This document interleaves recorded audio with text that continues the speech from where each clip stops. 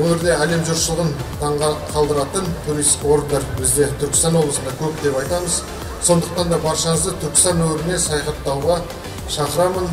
Мынау тарихи Түркістанның есігі сіздер үшін әрдайым ашық.